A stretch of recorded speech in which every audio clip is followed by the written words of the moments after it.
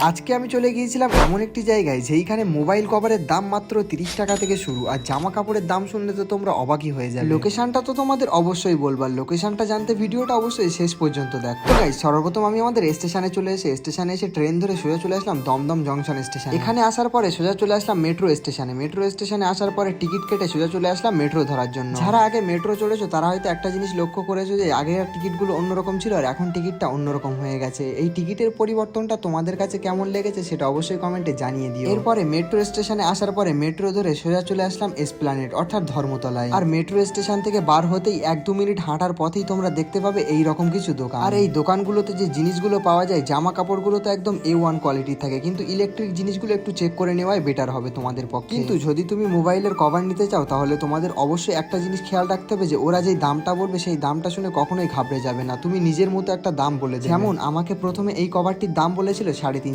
টাকা। কভারের কোয়ালিটি ছিল একদম A1 কোয়ালিটির, কিন্তু আমি নিয়েছি কভারটা মাত্র 130 টাকায়। আর আরো একটি কভার নিয়েছিলাম যেটা আমার আগের ফোন, আমার বোনকে আমি দিয়ে দিয়েছিলাম, তাই এই কভারটা নিয়েছিলাম। আর এই কভারটির দাম নিয়েছিল মাত্র 80 টাকা। আর এই জায়গা নিয়ে বিস্তারিত একটি বড় ভিডিও আমার ইউটিউব চ্যানেলে অবশ্যই আসবে, যেটা আমি আমার স্টোরিতে জানিয়ে দেবো। তার জন্য অবশ্যই আমাকে ফলো করে নাও। দেখা হচ্ছে আবার নেক্সট কোনো ভিডিওতে, এখনকার মতো টাটা।